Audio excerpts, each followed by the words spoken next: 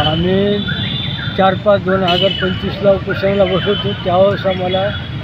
त्यावेळेस आम्हाला जे आश्वासन दिलं, मेघनाताई बोर्डीकरच्या समोरचं आश्वासन दिलं, आम्ही 8 दिवसात तुमचं उपोषण मागे घ्या, आम्ही 8 दिवसात तुमचं काढून टाकू.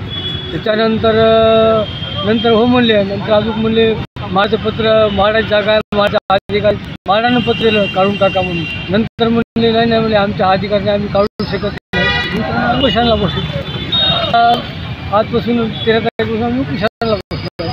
अगोदर बसलो होतो आम्ही 2012मध्ये बसलो होतो, 2021ला बसलो. असेच तीन आम्हाला किती येतं आश्वासन दिले काढण्याची, काढून टाकू तेवढं आश्वासन दिलं. नंतर अधिकारी आम्हाला पुढचा मार्ग दाखवलं, नुसतं हो म्हणतात आणि फोन करतो. म्हणून आज आम्ही ह्याच केला, जोपर्यंत काढत नाही तोपर्यंत आम्ही इथं बसून राहणार, जेव्हा आपण काढतो तोपर्यंत बसून राहणार. काय नाही, टपऱ्या उभं करत जातात आणि टपऱ्यात पडीत टपऱ्या आहेत सगळ्या. आणि काही लोकांनी करून बी टाकले, 2-3 लोकांनी.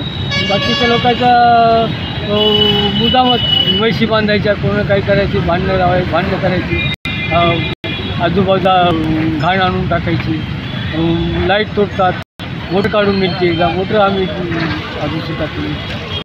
आम्ही का देतात आम्ही मागणी काय नाही. आमचं उपोषण मागणी हीच आहे, आजूबाजूचं आपलं आर्थिक का नाही.